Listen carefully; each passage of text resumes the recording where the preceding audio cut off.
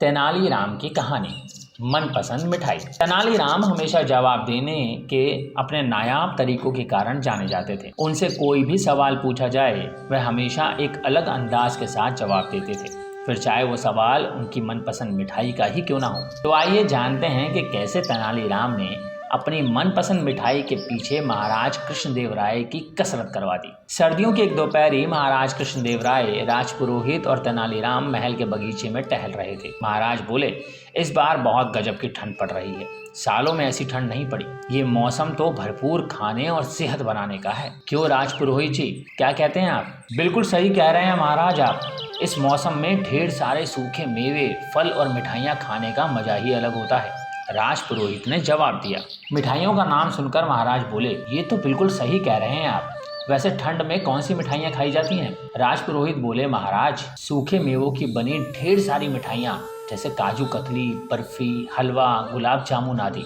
ऐसी और भी कई मिठाइयाँ हैं जो हम ठंड में खा सकते हैं। ये सुनकर महाराज हंसने लगे और तेनालीराम की तरफ मुड़कर बोले, आप बताइए तेनाली, आपको ठंड में कौन सी मिठाई पसंद है? इस पर तेनाली ने जवाब दिया, महाराज राजपुरोहित जी, आप दोनों रात को मेरे साथ चलिए। मैं आपको अपनी मनपसंद मिठाई खिला दूंगा। साथ क्यों? आपको जो मिठाई पसंद है हमें बताइए, हम महल में ही बनवा देंगे। महाराज ने बोला, नहीं महाराज, वह मिठाई यहाँ किसी को बनानी नहीं आएगी।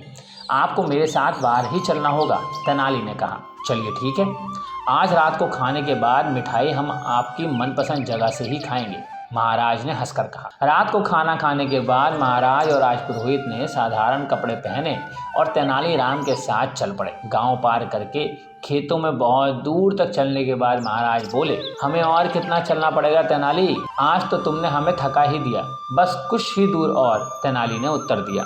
जब वो सभी मिठाइयाँ वाली जगह पर पहुंच गए तो तेनाली ने महाराज और राजपुरोहित को एक खाट पर बिठवा दिया और खुद मिठाई लेने चले गए। थोड़ी देर में वे अपने साथ 3 कटोरियों में गर्मा गर्म मिठाई लेकर आए। जैसे ही महाराज ने उस मिठाई को चखा, उनके मुंह से वहाँ के अलावा कुछ और नहीं निकला। महाराज और राजपुरोहित एक बार में पूरी मिठाई चट कर गए।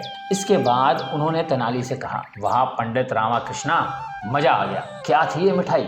हमने ये पहले कभी नहीं खाई। महाराज की बात पर तेनालीराम मुस्कुराए और बोले, महाराज ये गुड़ था। यहाँ पास ही में गन्नों के खेत हैं और किसान उसी से यहाँ रात को गुड़ बनाते हैं। मुझे यहाँ आकर गुड़ खाना बहुत पसंद है। मेरा मानना है कि गर्मा गर्म गुड़ भी बेहतरीन मिठाई से कम नहीं होता। बिल्कुल पंडित रामा, बिल्कुल। इसी बात पर हमारे लिए एक कटोरी मिठाई और ले आइए।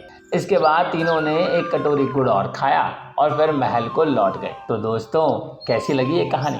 और ये कहानी हमें क्या सिखाती है? ये कहानी हमें सिखाती है कि छोटी छोटी चीज़ों में भी वो खुशी मिल सकती है जो कई पैसे खर्च करने पर भी नहीं मिलती है।